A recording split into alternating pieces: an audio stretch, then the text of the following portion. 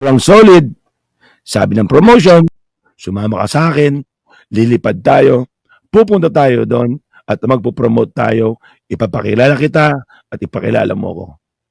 Within this month. Narito na, Gianriel Casimero. Ibinunyag na ng kanyang team na may bagong promoter ng napili. Tamang oras at panahon na lang ang hinihintay para lilipad na si Casimero para makipag-meet up sa kanyang bagong promoter. Pero Coach Jason, kasama ba o iwan muna? Ang tanong, sino nga ba ang bagong promoter na ito?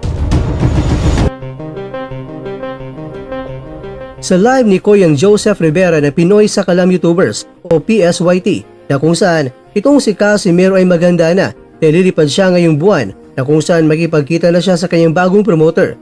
Kaya abangan ng lahat at babantayan ng mga boxing fans kung itong si Casimero ay lilipad na.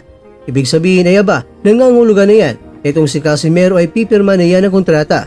Bagamat hindi pa ibinunyag kung saang bansa ang pupuntahan ni Casimero, kung saan sila mag-meet up, pag-usapan ng fight deals at contract, at kung saang bansa ipopromote itong si Casimero ng bagong boxing promoter. Hindi pa man sure na itong si Coach Jason ay isasama o kasabay sa paglipad ng angas ng Pinas para makipag-meet up sa bagong promoter. Pero ang malaga dyan ay talagang may promoter na itong si Casimero.